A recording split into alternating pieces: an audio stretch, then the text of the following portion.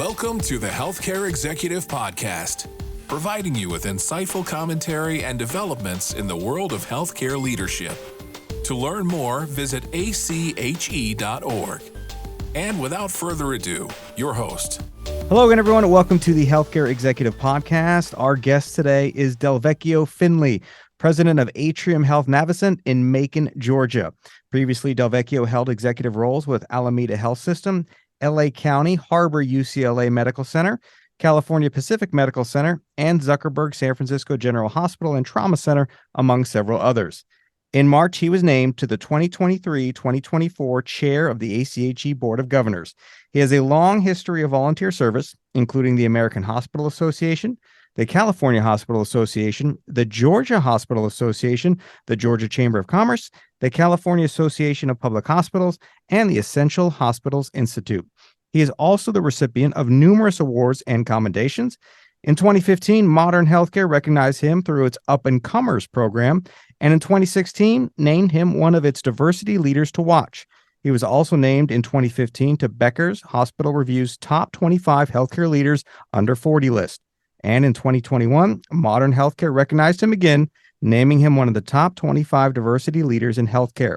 In 2022, he was included on Georgia Trends magazine, Georgia 500 list of the state's most influential leaders.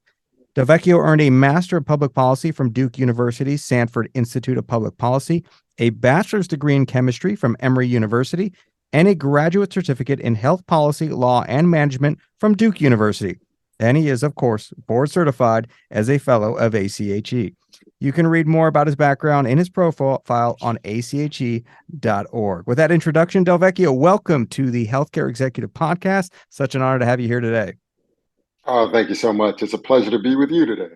All right. First and foremost, congratulations on your role as chair of the ACHE Board of Governors. So if you don't mind, would you share with us a little bit about your career journey? Really, what attracted you to the healthcare field?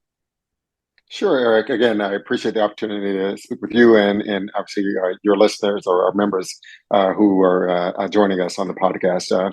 My professional background began in the Bay Area. I'm originally from Atlanta, Georgia, born and raised, but got bit by this thing called love, and my wife was going to law school out in the West Coast, and so off we went. And I spent the earlier part of my formative years of my career working in various organizations and institutions across the Bay Area, the San Francisco Bay Area, working first in physician practice management, working in the Department of Public Health in San Francisco, moving over to the university and working at the SafeMed Hospital, San Francisco General, and then several other organizations, Sutter Health, and down to Los Angeles County, and then back up to Alameda County, now to where I am back home in the state of Georgia as a leader for the Central and South Georgia market of now Advocate Health, formerly Atrium Health, a growing organization that now covers serves communities throughout its Illinois, Wisconsin, Georgia, North Carolina, and South Carolina. So it's been a great career journey, and I feel incredibly fortunate to be in this role. So on that journey, let's talk about ACHE and the membership. How and the board certification, how has that helped you along the way? Yeah, it's been so many ways. I would say too numerous to enumerate, but I'll point out three that come to mind for me.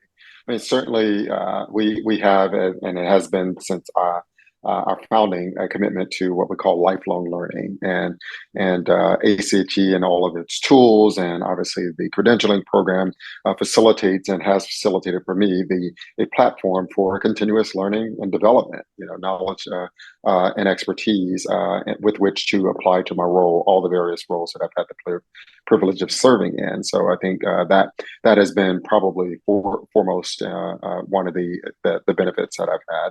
The second one is kind of an adjunct to that. It's access to a network of experts and expertise, the educators for all of our different seminars and virtual learning now, and all those other things have just been really, the tools, the books, and virtual tools that we have been incredibly great. But even more importantly, I would say the network of colleagues, people who are near and far. Sometimes they're in your organization, sometimes they're directly adjacent in a geographic area, but sometimes they're people all over the country and in some cases the world. who you can call upon, because we're in this profession that is so committed to helping one another, and wanting all of us to be the best for the communities we serve, even sometimes when we have competitive dynamics. So that's just been absolutely amazing. And then finally, I would say, and it's one that fuels the first two: opportunities to serve, our membership, and to help other people who are similarly passionate about helping communities and organizations to advance healthcare and health, but then to grow through that service. And I think the more I was fond of saying it when I would visit student chapters for ACHE, and now that I'm visiting other chapters, I say to people, it's like so much in life, you get out of it as much, if not more, than you put into it. So there's a definitely good kind of return, if you will, on increasing investment when you become not just a member of ACHE, a fellow in ACHE, and a volunteer leader in ACHE. All of those things really have a multiplier effect on how it can advance your knowledge and your access to experts and network that can help you to be the best you can be. And you were just talking about your network there, impressive network of colleagues, and something we like to talk a lot about on the Healthcare Executive Podcast is DEI in leadership. So from your experiences, what you've heard from those colleagues, what are some of the biggest barriers that we're still facing to diverse leaders moving into the senior level C-suite management positions? Yeah, it's such a great question, and it's one that I want to grapple with myself a fair amount, certainly from my own experience as a African American male who has gone up through my own professional experience, but also others, both in organizations I've worked with, but also just through that network we mentioned. I just happened about a week ago to be at the Institute for Diversity and Health Equity's Accelerating Health Equity Conference, and sat on a panel, and it was yet another opportunity to think about this. And I looked up the definition for diversity, and one of the Oxford definitions of it is the practice or quality of including or involving people from a range of different social and ethnic backgrounds and of different genders, sexual orientations, etc. So it's interesting that the noun actually acknowledged the practice of including people. So when you talk about what are some of those barriers to diverse leaders, being able, of all those ilks, right? Race, ethnicity, sexual orientation, gender, so on and so forth, being able to advance their career in healthcare leadership. It's the barriers are often things like not seeing it as a feasible thing within their organization. It could be as a unit of the organization, a department or division, a geographic region of the organization, or the organization writ large. And that's often manifest in, do you see people, or over the arc of the history of that organization, people who reflect you, who look like you, who maybe have the same cultural background as you, or came from the same part of the country as you, or their same gender as you, and you see them kind of showing you that example of what's possible as a means of saying that that's something that not only is possible in the organization, but the organization embraces it and facilitates it. The other thing is a lack of acknowledgement, oftentimes, I think, in many of our organizations of the current state, or even an expressed desire, commitment, or intentional efforts at diversity, that noun, and I would say the verb of diversity to the actions. And then even worse, I would say one of those barriers is failed attempts that people see, visceral efforts, even that thwart accountability to change the status quo. I think it's Newton's law that an object in motion stays in motion unless it's interrupted by an equal and opposite force, right? So when you have organizations that have a trajectory that may be structural, historical, what have you, anything that's desirous of changing that means that you either have to do something different, or you have to state something different, or approach things differently. And I think these things can become and are real barriers to diverse leaders being able to fully bring the value of what they have to bring, which is very rich to organizations. And unfortunately, I think oftentimes organizations, whether we're talking about the governance level or leadership level or other parts of the organization, suffer because or are not as effective as they can be, because we have in some ways minimized the impact that certain segments of our population and our workforce are able to optimize their value to the organization. And I heard you touch on it a little bit there, but what's your advice? What can organizations do to remove some of those barriers? And obviously, there are different scenarios in different parts of the country, Mhm. different challenges, but maybe, and you mentioned, some of these that are already in motion and you've established things, but what are some of those with our audience of C-suite executives and administrators listening? What are some of those things that organizations can do to remove some of those barriers?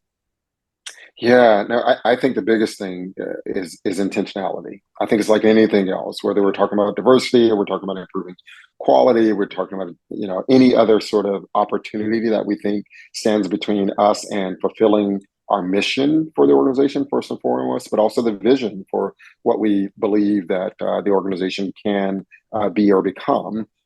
Takes an intentional effort or set of efforts to actually manifest it. And so if DEI is something that organizations are about and not just saying, nice to do, oh, it'd be great if it happens, but I don't really, want to do anything about it, then you're probably going to get the results that you have. But if you are serious about it, you have to be intentional, and it's walking the walk, it's talking the talk, lifting it up and making it as much the individual. I would say as much, but I would think more the organization's responsibility than the individuals. And so you're setting in place the processes and outcome goals that you want to achieve.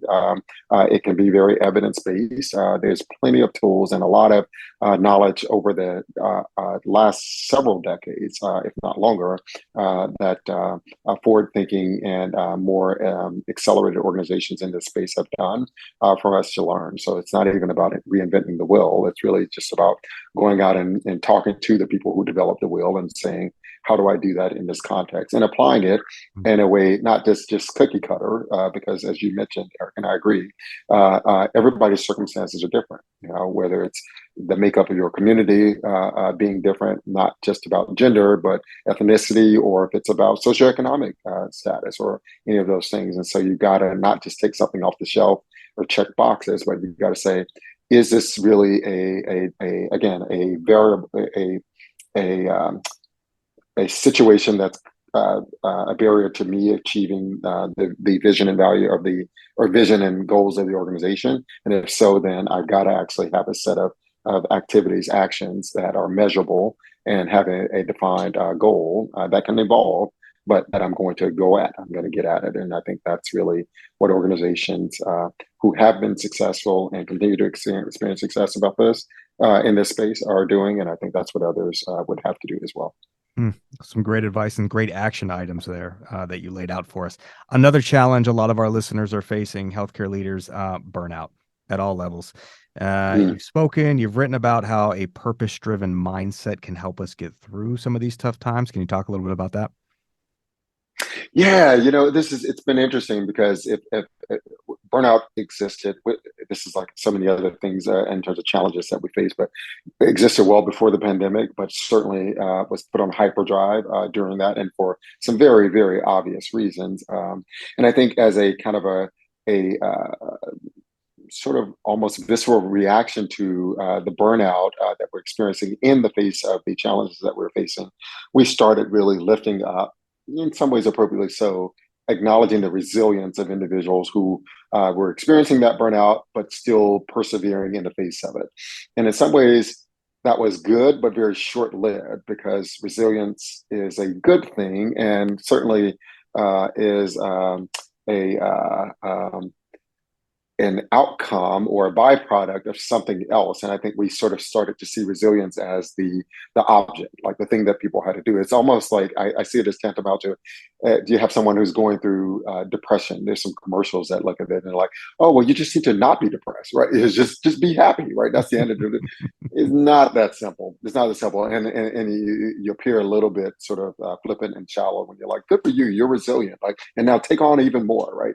So to me, it came back to, well, what's the source of resilience, right? What really gets people to be able to do more than what would otherwise be feasible or expected in a circumstance? And that gets to purpose, like your why, what drives you, what motivates you. And I think in healthcare, we have the real strong fortune of knowing that this is a service-based sector, and whether you're in a clinical role or non-clinical role, everybody you talk to in healthcare says, I was driven to this because I wanted to do something that was about helping others, right? It's very little about helping self. All of that's a component of it. It's about helping others. And so as we get to, symptoms and increasing symptoms of burnout, what we find is people have like detached from that why. Something about either the work that we're expecting them to do or the circumstances we're expecting them to endure has detached them from what was the thing that was driving them. It's almost like, taking a battery operated device off of a charger for a long period of time and saying, hey, but you gotta, go nonstop, almost like you're on a solar sort of thing. You have to be recharged, just like a battery, just like a device. At some point, you got to be recharged, and it would be nice if that charging and use of charge, or you will, the expenditure of the charge of energy was more organic, and that's where purpose comes in. Purpose is that charge, so you got to keep connected to the purpose, and that's when people see that resilience that people were talking about. Is when you stay connected to your purpose. And so for me, personally, I would say, but also through leading teams, what I really try to do my best in terms of modeling, but also try to help people do is say, remember why you got into this. And let's make sure that as you progress in your own career or as circumstances evolve, that why can also evolve, but you need that why. To me, it's very important to have that why so that it's that charging thing you keep plugging into. And so that's why I think purpose is so important. And we kind of saw the outcome as resilience and thought that that was the goal, or really purpose is the goal, resilience is the outcome. I think there are a lot of people either listening to this in their car or or at work, and they're inspired right now. And so what are some of those things that the advice you might have for the emerging leader who's listening to you right now going, you know what, I think I can be CEO of a hospital one day. And I like the way you're phrasing things, and I resonate with that, and it's helping people. Anything that you credit for your professional growth, a who or a what, maybe? A lot, man. Yeah. To be honest, many It's not a people, one-word and answer. Yeah. no, no. A lot of people know about my background. I was raised by a single mom in public housing, and not a lot of resources kind of organically at my disposal, but was just incredibly blessed to have so many people who saw potential in me and helped me to manifest that. So even before getting to the professional stage, I'd just be remiss if I didn't acknowledge all those people. I always have to get back to that. But for me, then that means, I get to the adage or parable, to whom much is given, much is required. And so that connection is definitely there. In terms of specific things, let's just lead with the obvious. ACHE, from a professional context, has been, as I mentioned earlier, a source of a lot of that expertise and support for me. Obviously, former bosses who've also taken a chance on me and given me opportunities to grow and test out something, make some mistakes, and they not be career limiting, right? So that you can learn and grow and do that. And by that extension, then certainly mentors, but the people and teams that I've had and have the privilege of leading. I've learned so much from them and have been incredibly appreciative of not just their encouragement, but their patience, right? And their willingness to I say Tom Atchison, one of our ACT teachers, wrote a book, Followership. Subjugate their right to self-determination to follow, my lead, because for some reason I've been able to convince them that I could get them either farther or faster than they could get alone. So that's been for me great. And that's what I say as advice to others who are interested in continuing to grow their career. Seize as many opportunities as you can to grow. Take calculated risk. I think, I'm a firm believer in no risk, no rewards, but you can't be reckless. Learn as much from your mistakes and failures as you do your successes, and stay mindful of your value and the value you bring, and continue to ensure that you're continuing to bring value and express thanks and appreciation, because none of us get to wherever we are by ourselves. And yeah, I think you heard me. I was getting a little short of breath in your intro there with all the awards and accolades that I was listing off. And were there anything in there that maybe is your proudest accomplishment or something of recognition that means the most to you? Oh wow! So I dare not get myself in trouble with this one, but I think the biggest thing for me to say is while the accolades may come to me because you have to, I guess, give it to somebody. Any acknowledgement where I just left off, any acknowledgement that I have received or honors that I've had to serve have been and continue to be attributable to teams behind me, people who have been the wind beneath my wings Mm. to say, look, we got your back, go forward. We believe in you. We believe this is important. This has mutual benefit because I try to do things that, are more beneficial to others than they are for myself. But I do acknowledge that, the service, as I said, helps me to grow and I get a lot back from it too. So I don't think I could cite any one thing. It'd be everyone is special, and I cherish and value any acknowledgement that I've received. But again, it's really thanks in large part to those who I've served alongside. So And performing at that level, and this is just out of my curiosity, I think earlier you mentioned, taking the battery off the charger and putting the batteries back on. What do you do personally to relax, unwind, reset, hobbies, anything? yeah, I kind of well, I have to be true to my word. Yes, but I've done a lot more self exploration in the last probably 2 years, but Okay. it's certainly the last year than I have. And I'll be honest, Eric, a lot of that came from a big stumble in my last role. I think I was leading an organization which I felt very privileged to lead, but I perhaps lost a little bit of sight that leadership wasn't as much mine as I perhaps thought it was. In fact, it was probably less mine than I thought it was. And I had to acknowledge that there was some value differences between what I saw as the sort of right direction for the organization than others who had an ability to shape that. At which point I had to really come to terms with the fact that it wasn't the right thing for me any longer, and trying to figure out and how not to have a situation where that appreciation of the variation is so cataclysmic, because I'm sure there were probably Yeah. signals all along. So it's been really trying to really come to terms with who am I and what do I want out of life, and what's the impact I'd like to have, and where the best places and opportunities where my skills values align with those of communities that I'm attempting to serve. And the fact if they don't align, it's not an indictment of myself or them for that matter. It's just a misalignment, and that's okay. So I think for me, it's been self exploration and really trying to see how I leave the world a better place because than I found it, because I feel privileged in that regard. But not to be too overly cerebral. I like to relax too, and part of my relaxing, quite honestly, that's been a little disappointing, perhaps, if I is doing absolutely nothing.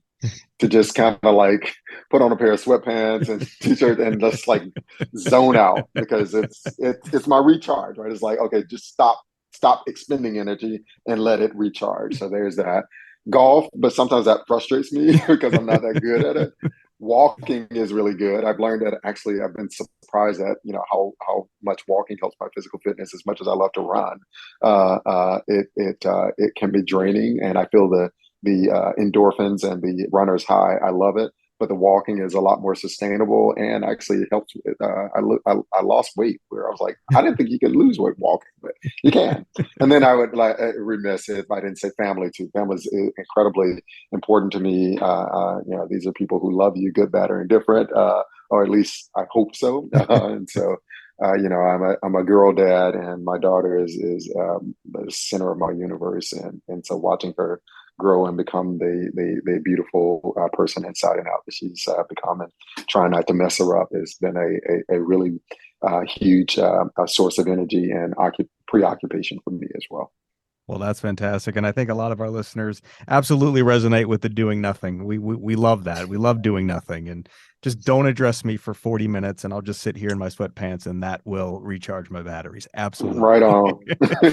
Last thing before you go, we did mention earlier, you are ACHE's chair for 2023. So what are the issues that you're committed to addressing to your term, and what are you most hopeful about when it comes to the healthcare field?